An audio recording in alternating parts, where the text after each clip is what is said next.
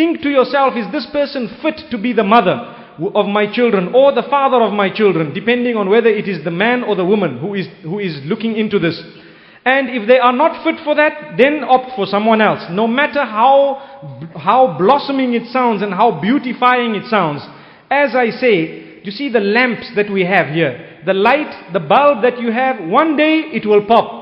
The light that you have, one day it will pop, subhanallah. So if you marry someone for the bright look on their faces, one day that bright look will pop, it will go. When the creases start coming below the eyes, then people begin to turn for others. May Allah protect us.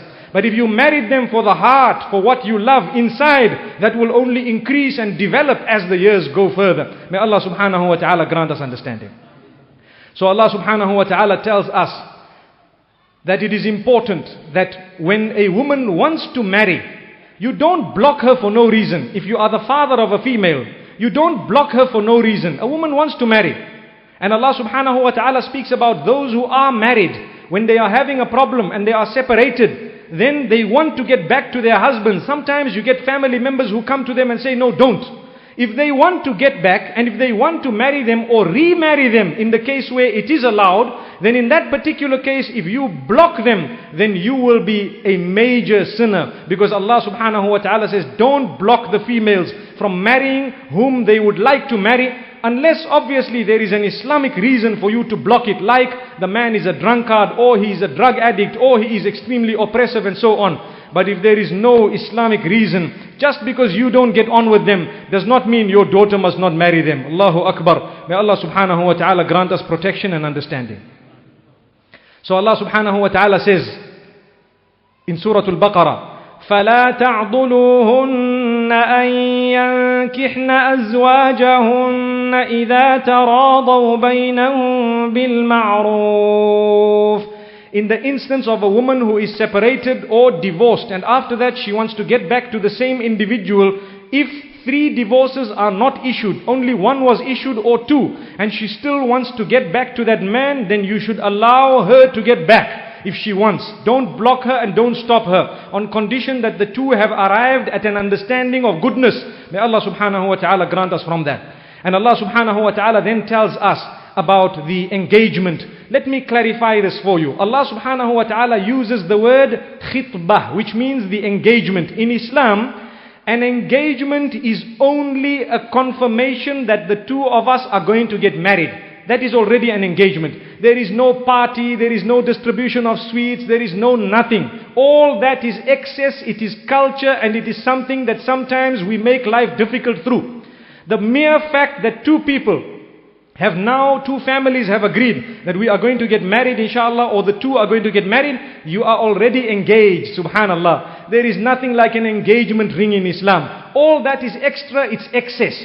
And people who do it, if they do it just out of happiness, inshallah, it should be okay. But if they do it thinking that it's a must, hey, we're engaged, where's my ring? Otherwise I'm going to break this engagement. If that's the case, you don't need to marry that woman. Believe me, because when you marry, she will ask you for your pay packet the day you get your salary. Allahu Akbar. And one day when your salary is less, she might even instruct you to move out of the house. May Allah subhanahu wa ta'ala grant us understanding. The hadith speaks about marriage and says, Inna min a'zamin nikahi barakatan aysaruha ma'una. Some of the marriages that are the most blessed are those that the least amount of wealth is used, least extravagance. You know, when we have marriages, we are taught to have a simple marriage. Why? Because it is an act of worship. Marriages are acts of worship, and this is why when we have our functions of walima, a walima is the function out of happiness. It is an act of worship that we have either at the hall or at the home. We must make sure that we do not engage in earning the anger of Allah. Marriage is half of your iman, according to one of the narrations. The walima, or that party, is a celebration of half of your iman. If you are celebrating half of your iman by allowing women to come into the gathering who are not even dressed properly, or the bride herself is half naked and the groom wants to sit with the females, then you are celebrating half of your iman by pleasing shaitan. Your marriage won't work. It will not work, I guarantee that. Also, if you have had, for example, a function where there is a mixed gathering of male and female mixing and dining and wining and everything haram happening, in that case, we are celebrating half of our iman. Let's think how we have just did that. We need to engage in tawbah, some of us. May Allah subhanahu wa ta'ala forgive our shortcomings. Some who are already married have already done that. Now do you know why you had problems in your marriage? May Allah protect us. Because the seed, when it was sown, you watered it with urine. May Allah protect us. And that is a very strict statement. It's very harsh, but it's a reality.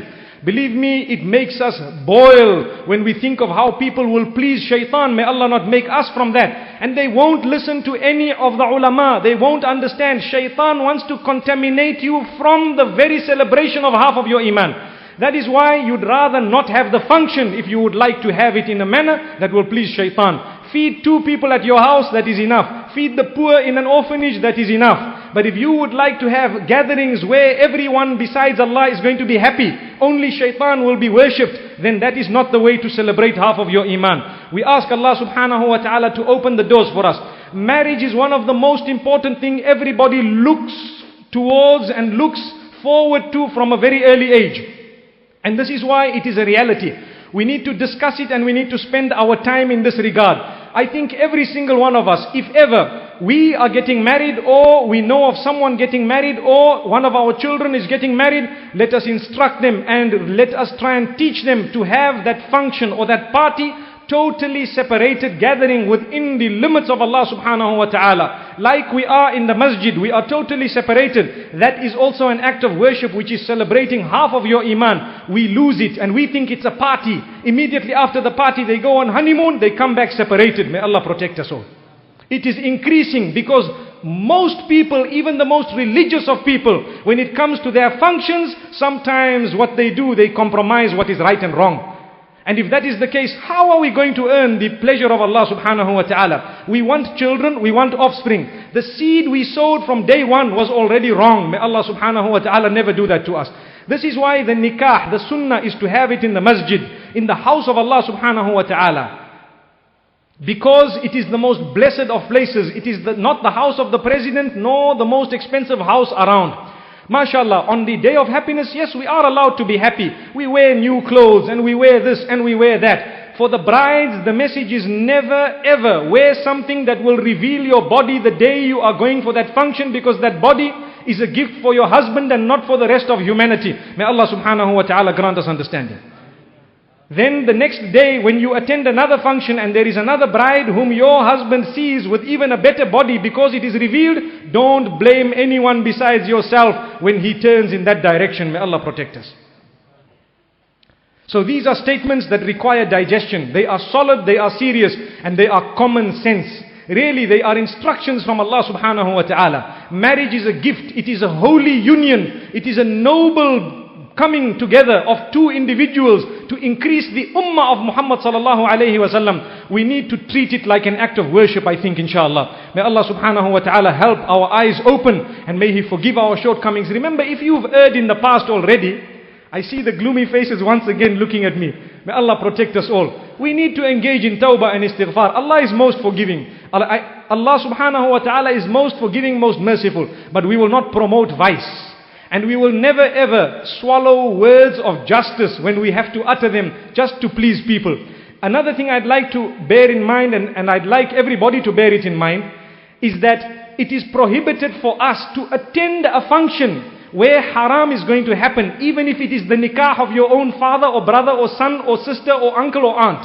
You will not attend in order not to be from amongst those who have made shaitan happy when someone is supposed to be celebrating half of their iman. And it is about time the ulama of this ummah decide to abstain and boycott all those functions of walima where there is a mixed gathering. Let us not attend where there is a small cubicle in the corner only for ulama. Are the ulama the only males of the ummah? Just because they have beards and the rest of them are females? May Allah protect us all. No. That is an insult. To have a cubicle in a corner is like a commentary box when we are commentating for cricket. Really.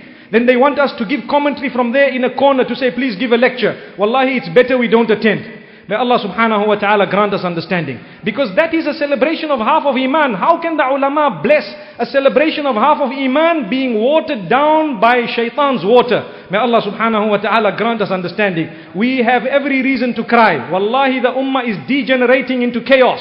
because our children are so unruly, because the day we got married we never thought of the fact that we are marrying for children. We just got happy and trigger happy. May Allah subhanahu wa ta'ala grant us understanding.